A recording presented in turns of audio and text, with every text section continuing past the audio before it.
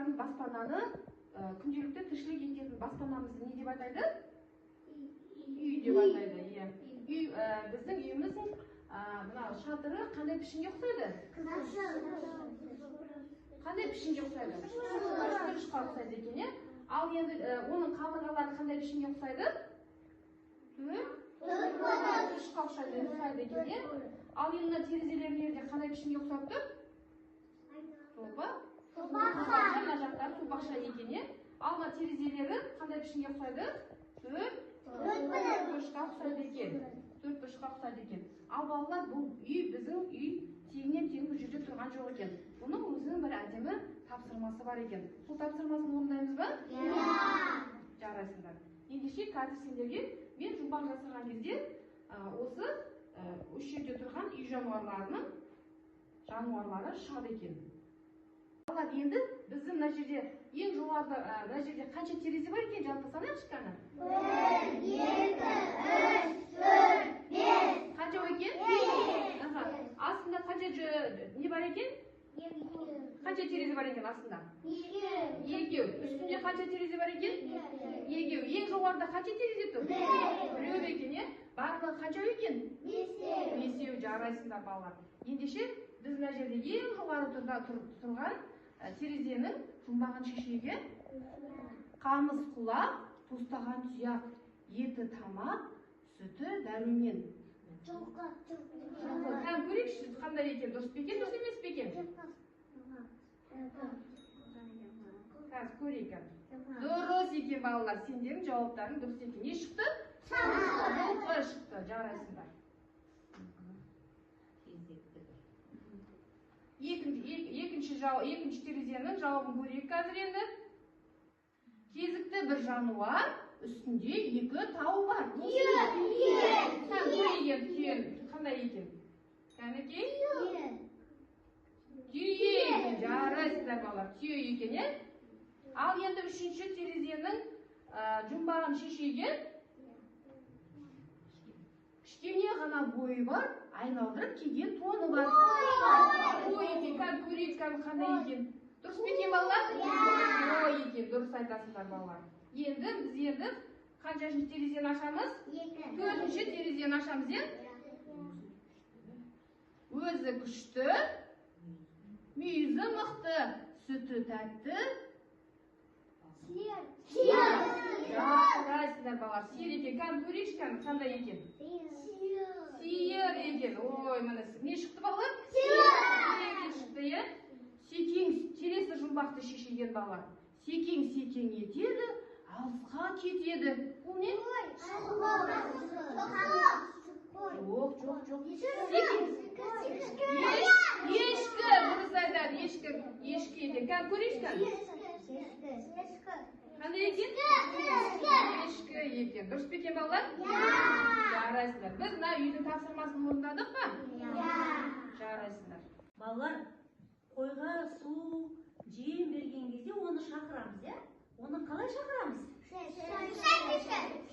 Шай деп айтасыңдар. Ал сиырды қалай шақырамыз? Өте жарайсыңдар. Ал түйені қалай шақырамыз? Көз деп шақырамыз, е? Көз деп шақырады екенбіз. Жылқыны шы? Ал ешкіні қалай шақырамыз? Шөре деп шақырады екен. Жарайсыңдар балалар. Біздің балаларымыз керемет. Бұлардың бәрі үй жануарлары. Не үшін үй жануарлар деп айтамыз? Өйткені біз оларды үйде өзіміз арнайы бағамыз, е? Жем береміз, су береміз. Қыстың күні суықта жылы қораға қамаймыз, е? Ал енді бұлардың пайдасы өте зор екен. Мысалы, сиырдан не аламыз біз? Сүттен не жасаймыз? Айран. Одан айраннан құрт аламыз, май аламыз, е? Бұның бәрі бізге денсаулыққа өте пайдалы. Ал дәрумендері өте бай. Оның бәрі сіздердің ағзаларыңа өте пайдалы екен. Ал жылқыдан не аламыз? Етін жейміз. Мінсе көлік, е? Мінсе көлік. Мал баққанда жылқыға мініп бағамыз, е? Оның сүтінен не жасайды? Қымыз, мал аламыз, е? Ал түйенің сүтінен қымыранды ашытып, одан шұбат аламыз. Ол да өте шұбаттың құрамында дәрумендер өте көп екен. Шұбатты немен ішіп жүрсеңдер, денсаулықтарыңа өте пайдалы екен. Түйемен де бұрынғы ата-бабаларымыз көшкен кезде көлік ретінде пайдаланған екен. Қойдың да пайдасы өте зор. Оның жүнінен бізде не істейді? Киімдер тоқиды.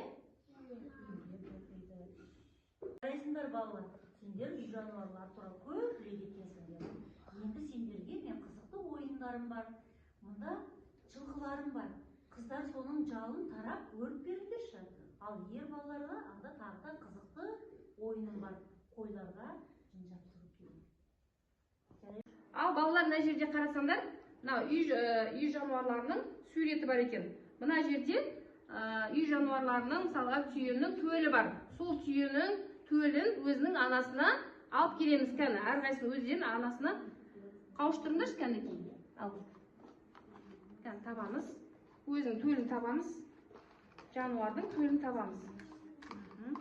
Қараңдар.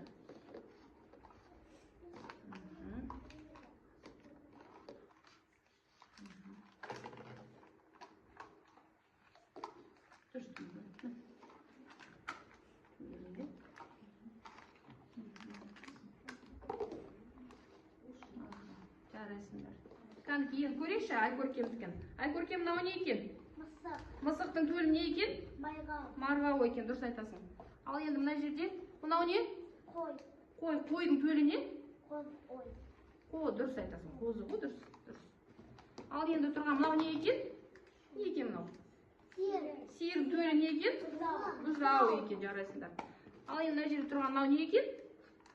Мынау не екен? Ешкі. Ешкінің төлі не екен? Лақ, Балалар, мына не жерде қарасаңдар, үй жануарларының суреттері бар екен. Бірақ бұлардың несі жоқ екен? Терілері жоқ екен, жүндері. Біз мына жерде тұрған неше түрлі мына жерде жүндері бар.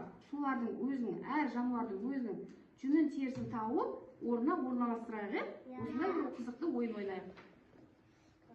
Табамыз енді. Кәнекей.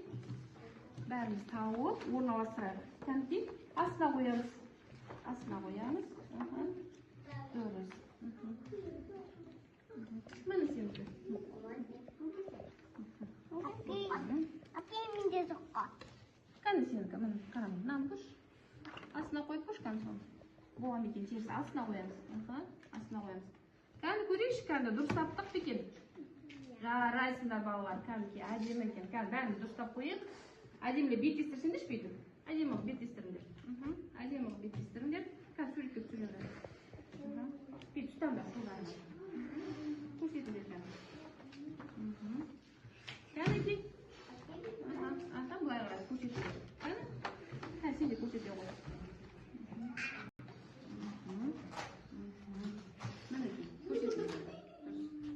Жарайсыңдар. Дұрыс, балалар, мына жерде әр жануардың өзінің бізге беретін пайдасы бар екен. Сол пайдасы бар заттарды өзінің орнын алып, тауып, орналастырайық. Кәнекей, сиырдан не алады екенбіз? Ірімшік аламыз тағы да. Сүт аламыз, сүт аламыз. Тағы да. Несін жейді екенбіз? Етін жейміз, дұрыс айтасың. Тағы да. Мынау не екен? Майын алады екенбіз. Тағы да. Құрт алады екен. Жарайсын. Әдемі дұрыс орналастырыңдар. Ал енді мына жерде қыздар, сендер де табыңдар мақма? Мына қойдың етін жейміз ғой.